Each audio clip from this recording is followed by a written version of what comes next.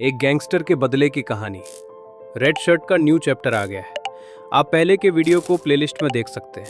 Story में अब तक हमने देखा कि चा सिंग यूक कोरिया में आए सभी हाउंड डॉग्स को लिन पोशियन के दिए गए समय से पहले मार देता है, जिससे लिन पोशियन चा सिंग यूक को अपना सक्सेसर घोषित करते हैं। तभी एक एल्डर जो नेविल से मिला हुआ था इसका विरोध करने वाला होता है। वैसे ही लिन पोशियन उसके गले को काट देता है। तभी दूसरी ओर एसोसिएशन के रेवोल्यूशनरी की मीटिंग होती है, जहां एसोसिएशन को बचने के लिए यूक जॉन से पूछा जाता है। तभी सक्सेसर घोषित करने का दिन आता है, जहां सभी अपने सक्सेसर की घोषणा करते हैं। तभी यूक जॉन चा सिंग यूक का नाम लेते हैं, जहां सभी चा सिंग यूक का स्पॉन्सर कोई नहीं होने से उसे लायक नहीं समझते हैं। तभी लिन पोशियन वहां आ जाता है और चा सिंग यूक का स्पॉन्सर करने की घोषणा करता है। अब आगे चैप्टर के स्टार्ट में लिन पोशियन को देखते हैं, जो अपने फैन को बंद करते हुए बोलता है, परिचय देने में देरी के लिए मैं क्षमा चाहता हूँ। मैं लिन पोशियन हूँ, चा सिंग यूक का गार्डियन हूँ। और लिन पोशियन यूक जॉन के बगल में खड़ा हो जाता है। जहाँ ये सुनकर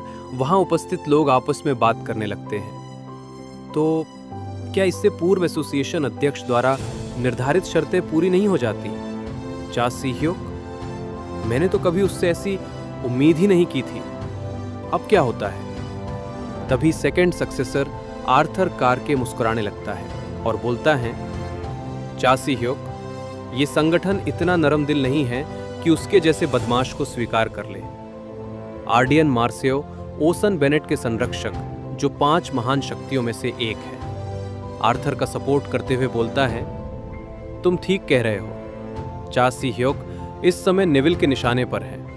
यदि उत्तराधिकारी चा सिंग यूक इवान के हाथों मारा जाता है तो एसोसिएशन की प्रतिष्ठा पूरी तरह से धूमिल हो जाएगी। तभी यूक जॉन बोलता है, उत्तराधिकार उम्मीदवारों की पात्रता पूर्व अध्यक्ष द्वारा स्थापित एक अलिखित नियम है। हमें दिवंगत अध्यक्ष की अंतिम इच्छाओं को नकारना नहीं चाहिए। तभी मोटे हेड ऑफ एसोसिएशन के लोग को देखते हैं, जिसमें ऑलिव कॉल पर फेस ढका जस्टिस को बोलता है, उन्हें बता दो कि ये असंभव है। तभी चिकन खा रहा हेड ऑफ एसोसिएशन का मोटा आदमी बोलता है, तुम हमसे नेविल के खिलाफ जाने के लिए कह रहे हो? जहां कोल्ड ड्रिंक पी रहा लास्ट हेड ऑफ एसोसिएशन का मोटा आदमी बोलता है, ये बकवास है। जहां फेस ढका जस्टिस कुछ नहीं बोलता है। जहां वो मोटे आदमी फेस ढका जस्टिस को बोलता है, हे, क्या तुमने वो सुना? जल्दी करो और फैसला सुनाओ, इसे तुरंत खारिज करो। जहां फेस ढका जस्टिस अपने ईयरफोन को निकालकर फेंक देता है और बोलता है, 6 लॉर्ड सही हैं। उत्तराधिकार के नियम पूर्व अध्यक्ष की विरासत और एक अलिखित कानून है। तभी बाकी के जस्टिस को परेशान देखते हैं और उनकी आंखें खुली की खुली रहती हैं। तभी फेस ढका जस्टिस आगे बोलता है, इसलिए हम चा सिंग यूक को उम्मीदवार के रूप में मान्यता देने से इनकार नहीं कर सकते, क्योंकि वो आवश्यकताओं को पूरा करता है। हालांकि विरोधी विचारों में भी दम है। और अपने दाएं हाथ को आगे बढ़ाते हुए बोलता है, 6 लॉर्ड्स के गुट के उम्मीदवार चा सिंग यूक को सशर्त मान्यता दी जाती है। जहां ये सुनकर वहां के सभी लोग हैरान हो जाते हैं। तब मैं फेस ढका जस्टिस आगे बोलता हूं, अगर कोरिया में इवान को रास्ते से हटा दिया जाता है तो हम चा सिंग यूक को उत्तराधिकारी के रूप में स्वीकार कर लेंगे। जहां यूक जॉन मन में बोलता है, ऐसा लग रहा है जैसे उन्होंने मेरे लिए उन गुटों के सामने खुद को साबित करने का मंच तैयार कर दिया है जिन्हें मुझ पर शक है। ये मेरी काबिलियत का सबूत है। तभी सभी सक्सेसर के कैंडिडेट को देखते हैं। तभी फ्लैशबैक देखते हैं, जहां यूक जॉन व्हीलचेयर पर बैठे हुए हैं और बगल में चा सिंग यूक खड़ा है और यूक जॉन को बोलता है, नेविल को हराने का केवल एक ही तरीका है, मुझे उत्तराधिकारी बनाओ। ये यूक जॉन उस समय को याद करते हुए बोलता है, चा सिंग यूक, अब से एसोसिएशन की किस्मत तुम्हारे कंधों पर है। जहां चा सिंग यूक को सक्सेसर के लिए अप्रूवल मिलता देख हेड ऑफ एसोसिएशन के मोटे आदमी में से एक बोलता है, एक मामूली मोहरे की हमसे इस तरह बात करने की हिम्मत। जहां दूसरा आदमी मोटा बोलता है, 6 लॉर्ड्स आखिरकार अपना असली रंग दिखा रहे हैं। जहां तीसरा आदमी बोलता है, इस बारे में सोचो सब लोग, अगर चा सिंग यूक उत्तराधिकारी बन गया तो क्या हमारे लिए कोई जगह बचेगी भी? जहां वे अपने कोल्ड ड्रिंक और चिकन के लेग पीस को फेंकते हुए बोलता है, नहीं, बिल्कुल नहीं, चलो चा सी ह्यूक को खत्म करते हैं, हमारी अपनी सुरक्षा के लिए। तभी सीन दूसरी ओर शिफ्ट होता है, जहां आवाज सुनते हैं, तुम ऐसा क्यों नहीं कर सकते, एक तरफ हटो। अरे ये क्या बात हुई, अब मेरी बारी है। जहां ट्रिपलेट्स के चोई वनसोक और चोई दुसोक और 2 यूचन को गेम खेलते हुए देखते हैं, जहां उनके साथ बैठे हुए चोई समसोक बोलता है, इसीलिए मैंने कहा था कि हमें साझा नहीं करना चाहिए। और 2 यूचन को चिल्लाते हुए बोलता है, तुम छोटे से, ये तुम्हारा पहली बार नहीं है ना? तुम इतने अच्छे कैसे हो? मुझे लगता है तुम बड़े भाई से भी बेहतर हो। जहां चोई वनसोक बोलता है, अरे अरे उसे परेशान मत करो, वो ध्यान लगा रहा है। वैसे सीयोक कहाँ गया? जहां चोई समसोक बोलता है, पता नहीं, उसने कहा था कि वो ताज़ी हवा के लिए बाहर जा रहा है। पर भाई, वो बंदा खेलों में उम्मीद से कहीं ज़्यादा बुरा है। जहां चोई वनसोक बोलता है, हाँ, मुझे भी थोड़ी निराशा हुई थी। तभी सीन दूसरी ओर शिफ्ट होता है, जहां चा सियुक को छत पर खड़े होकर जगमगाते हुए शहर को देख रहा है और मन में बोलता है, अब अपना प्रभाव बढ़ाने का समय आ गया है। लक्ष्य एसोसिएशन का उत्तराधिकारी बनना है। नेविल को हराने के लिए मुझे न्यूनतम वेट क्लास तक पहुंचना होगा। और तभी अपने फोन में मैसेज को देखता है, जिसमें लिखा है, कंटेंट, उत्तराधिकार घोषणा का परिणाम, शर्त के साथ मान्यता दी गई, इवान को खत्म करो। और अपने फोन को बंद करते हुए बोलता है, तुम अकेले ही बचे हो इवान। तभी इवान कार्डिफ को देखते हैं, जो फोन पर बात करते हुए चल रहा होता है। जहां इवान कार्डिफ बोलता है, हम कल कोरिया के लिए निकलेंगे, मुझे तुमसे काफी उम्मीदें हैं उस्मान। और दरवाजे को खोलता है। जहां दरवाजे को खोलते ही इवान कार्डिफ हैरान हो जाता है, जहां रूम में एक लंबे आदमी को देखते हैं। जहां इवान अपने हाथ में रखे हुए कोट को बगल चेयर पर फेंकते हुए बोलता है, मैंने सुना था कि तुमने संन्यास ले लिया है।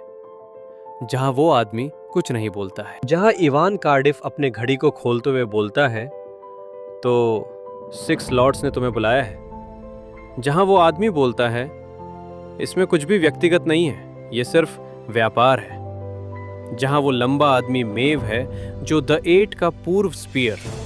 तभी इवान कार्डिफ बोलता है, क्या बिना हथियारों के लड़ने का इरादा है? जहां वो लंबा आदमी बोलता है, वे कहते हैं कि तुम पर ब्लेड काम नहीं करते, तुम्हारे जैसे इंसान के खिलाफ खाली हाथ लड़ना ही बेहतर है। जहां इवान कार्डिफ अपने घड़ी को नीचे रखते हुए अपने हाथ से सिर को सहलाते हुए बोलता है, मैं तुम्हारी ये इच्छा भी पूरी कर देता हूं। तभी वो लंबा आदमी को राइट और लेफ्ट की ओर झूलते हुए देखते हैं, जहां इवान कार्डिफ की आंखें उसी के ऊपर टिकी हुई है। तभी वो आदमी अपने हाथों से हवा को चीर रहा होता है और उसके साथ इवान की ओर उड़ता हुआ आ रहा था और इवान कार्डिफ पर हमला करता है, जिससे इवान कार्डिफ बच जाता है, मगर उसके गाल पर हल्का कट लग जाता है। जहां वो आदमी दोबारा इवान कार्डिफ पर हमला करता है, जहां इस बार इवान कार्डिफ पूरी तरह से बचने में कामयाब हो जाता है और मन में बोलता है, ये लंबा है। उसकी लंबाई लगभग 2.2 मीटर है और उस लंबे आदमी की ओर बढ़ते हुए मन में बोलता है, तो फिर बस एक ही जवाब है, मुझे करीब जाना होगा। जहां वो लंबा आदमी इवान की ओर हाथ से हमला करता है, जहां इवान उससे बचते हुए उसके सामने जाने लगता है।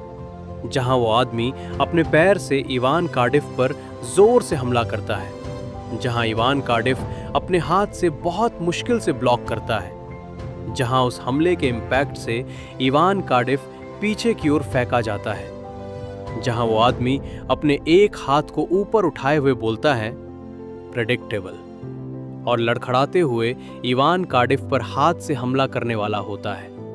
वैसे ही इवान कार्डिफ घूमते हुए उस आदमी पर अपर किक मारता है, जहां उस आदमी के मुंह से खून निकलने लगता है और वो आदमी पीछे की ओर गिरते हुए अपने घुटनों पर आ जाता है और इवान कार्डिफ की ओर देखते हुए बोलता है, मैं सिर्फ एक वार के बाद मेरी ताकत ने जवाब दे दिया।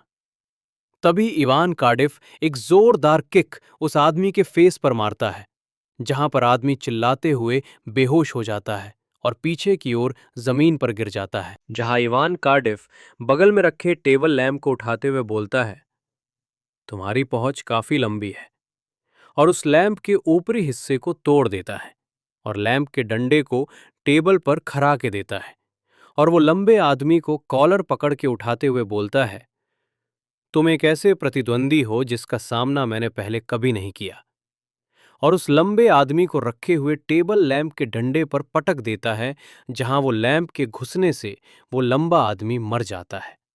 जहां इवान कार्डिफ बोलता है, ये मनोरंजक था। तभी सीन इंचियोन अंतर्राष्ट्रीय हवाई अड्डा दक्षिण कोरिया पर जाता है, जहां कुछ लोगों के पैरों को देखते हैं, जिसमें से एक अतेबा उस्मान द ग्रेट ब्लेड है, जिसमें दूसरा हेरा और हेला हाउंड असॉल्ट टीम से, स्कॉल हाउंड असॉल्ट टीम से रहता है, जो सुबह 3:30 बजे पीछे की टुकड़ी का कोरिया में आगमन होता है। तभी कुछ लोगों को रस्सी से झूलते हुए देखते हैं, जहां ट्रिपलेट्स के घरों की ओर जा रहे होते हैं। तभी इवान कार्डिफ को देखते हैं, जो कॉल पर बोलता है, दूसरी श्रेणी का वैनगार्ड फैंग। जहां रस्सी से झूलते हुए जा रहा आदमी हाउंड डॉग्स की टीम 1 का लीडर रहता है, जहां ट्रिपलेट्स सो रहे होते हैं। तभी सीन दूसरी ओर शिफ्ट होता है, जहां एक आदमी को देखते हैं जिसके राइट आंख पर चोट का निशान रहता है, जिसके साथ कुछ और लोग भी रहते हैं, जो चा सिंयूक के पीछे खड़े हैं।